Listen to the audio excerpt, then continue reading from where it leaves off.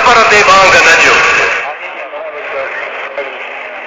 दादा चवंद कबर ते बांग मां तव्हां खां पुछां थो शरीयत नबी करीम जी आया वहाबन जे पीउ जी आहे।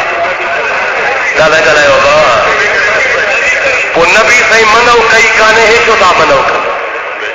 अवां हिनखे चओ त मनौ कयो था। हिकिड़ी हदीस ॾेखारियो क़यामत ताईं मनौ न ॾेखारे सघंदा। जंहिं कम जी मनौ न आहे उहो कमु जाइज़ आहे। चओ जंहिं कम जी मनौ न आहे उहो ॾाढे चओ जंहिं कम जी मनौ न आहे उहो जाइज़ आहे। तंहिंजे करे कबर ते आज़ान ॾियणु जाइज़ आहे। कंडरे आदम जा सांझर जा पूरे पाकिस्तान जा ॾेखार त मां 100 रुपयो इनाम ॾियां। कूड़ा कूड़े जा पुट कैसर लोट जा पुट बिना तबलीगी जमात वारा था चवनि त अल्लाह ताला नबी करीम खे ॿ प्याला हथनि में ॾिना।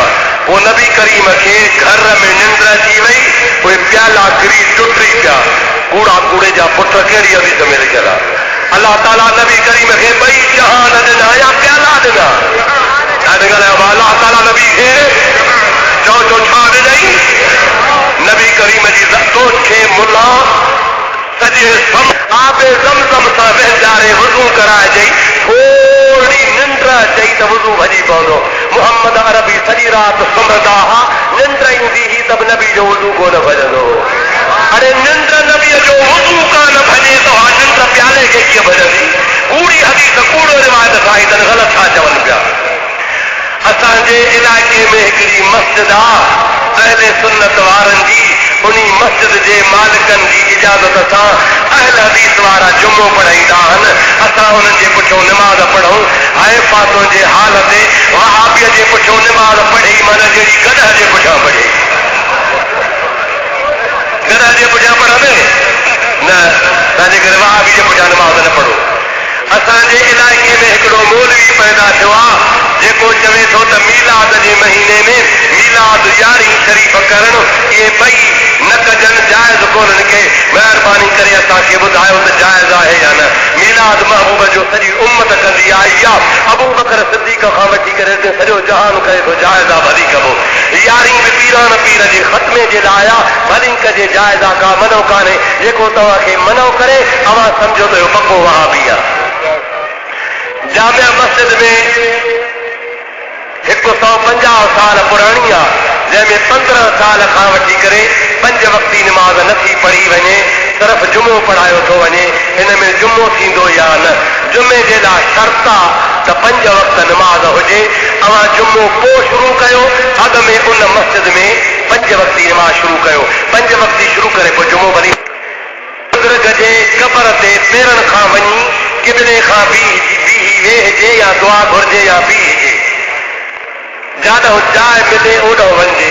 तेरांदी खां जाइ मिले त तेरांदी खां वञो, तेरांदी खां जाइ मिले त तेरांदी खां वञो, पर बीहो साॼे पासे ख़बर ॾे मुंहुं करे।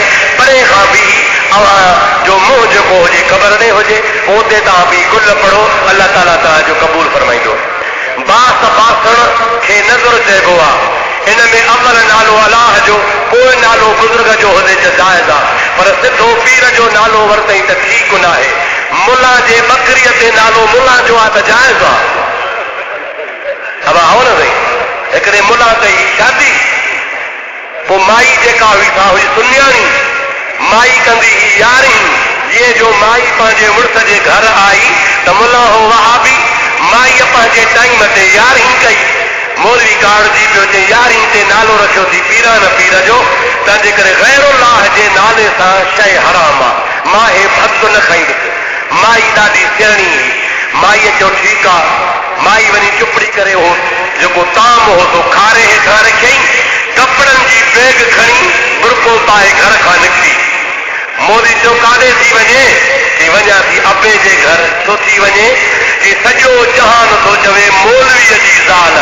माते त अलाह जो नालो कोन्हे, तुंहिंजो नालो पियो आहे। तूं पाण थो चवे त जंहिं ते गैरुल्लाह जो नालो सां हराम, तंहिंजे करे माते बि तुंहिंजो नालो आहे, मां हराम हा वञा थी अबे जे घर।